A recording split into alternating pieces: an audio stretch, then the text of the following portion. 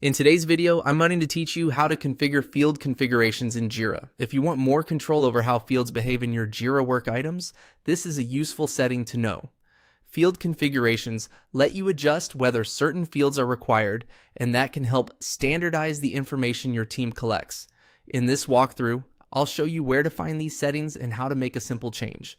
To get started, look to the top right corner of your Jira screen and click the settings icon. This is where Jira groups together many of the administrative options, so it's the main place you'll go when you need to manage system-level settings.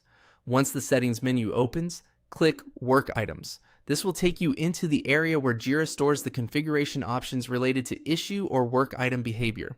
If you're working in a Jira environment where terminology varies slightly, just follow the section that manages issue settings and field-related options. From there, click Field Configurations. This page is where you can manage how fields behave across different work item setups. Field configurations are especially helpful when you need consistency because they allow you to define whether fields should be visible, hidden, or required depending on the configuration being used.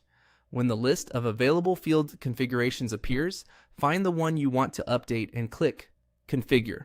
This opens the detailed configuration screen for that specific setup. Take a moment here to make sure you're editing the correct configuration, especially if your Jira instance has multiple ones for different teams or projects. Now you can edit the configuration. To change whether a field is required or not, click the slider next to that field. Turning it on will make the field required, which means users will have to complete it before creating or updating the work item, depending on how your Jira setup is being used. Turning it off makes the field optional again. As you make these adjustments, it's a good idea to think about which fields truly need to be mandatory. Requiring too many fields can slow users down, while requiring the right ones can improve data quality and reporting. And that's it. You've successfully navigated to Jira's field configurations and updated a field's required setting.